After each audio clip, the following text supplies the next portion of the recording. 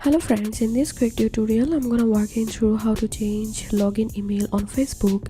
But before getting started this video, make sure to subscribe. How to unmute it.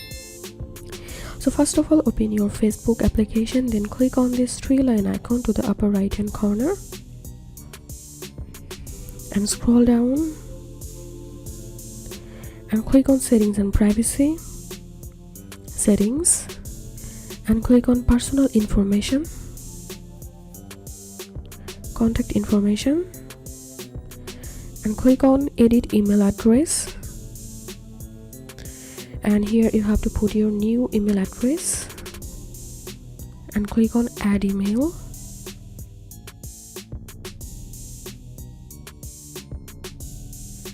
And now click on confirm.